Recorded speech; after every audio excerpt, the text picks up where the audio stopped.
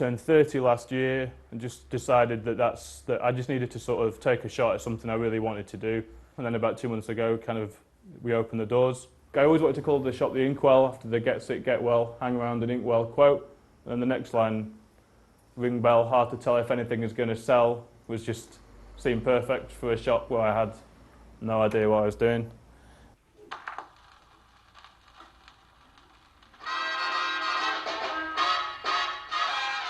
The shop sells new books and new records, and old books and old records, CDs, new and old, gifts, cards. It's pretty broad. It's all kind of retro-y. New vinyl, I mean, it does sell. That was the big question mark for me, really, was whether the new stuff was going to sell. I mean, reissue vinyl tends to be 15 to 20 pounds. You wonder whether people are going to spend 20 quid on a reissue kind of Elvis album or Dylan album, but they do, because it's good quality stuff. I found something really bad. Oh, I can't find anything bad because it's all so strong. It's kind of British and European history, and there's kids' books down here as well. You know, you want to get kind of nice young families in and stuff, and then loads of kind of beatnik stuff, loads of kind of sort of Beat Generation stuff. Kerouac, Ginsberg, Norman Mailer, Hunter S. Thompson. Look at these titles: Jailbait Jungle and stuff. You know, Wild Kids. You know, they're just nice things to have. Loads of Beatles, Dylan, Stones, Public Enemy.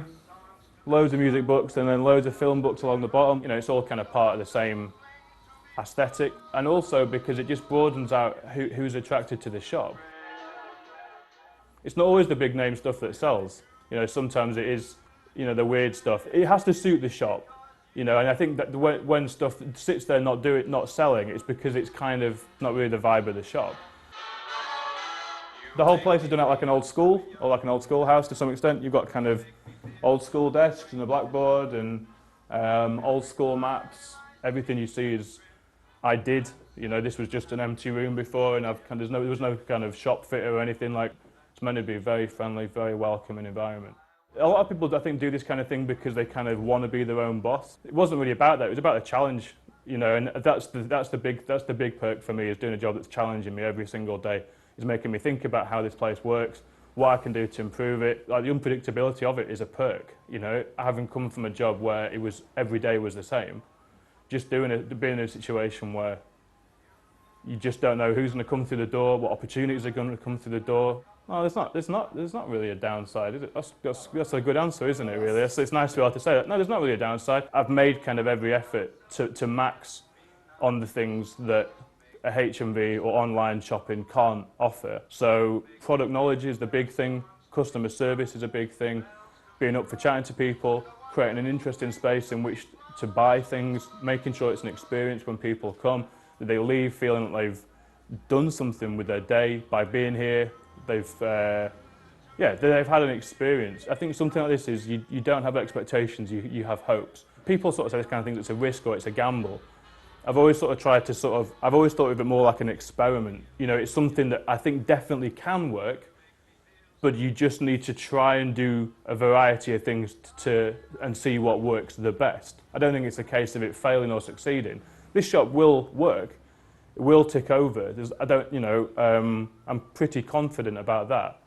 But it's how well it can succeed. You know, can it be here for 30 years? Can it make me a wage? You know, can it turn into something that's sustainable for, you know, long term? You know, they're all kind of questions. But for the time being, the shop working is enough for me.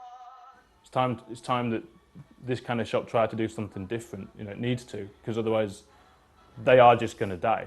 You know, the record stores that are still standing, that's ace. That's, you know, good luck to them. But I think it's going to become increasingly a struggle if they don't try and do something different. You know, that's why a lot of them did die. They weren't able to react quickly enough to downloads and all that kind of jazz. And you know, I think the advantage of this shop is that I'm able to start afresh.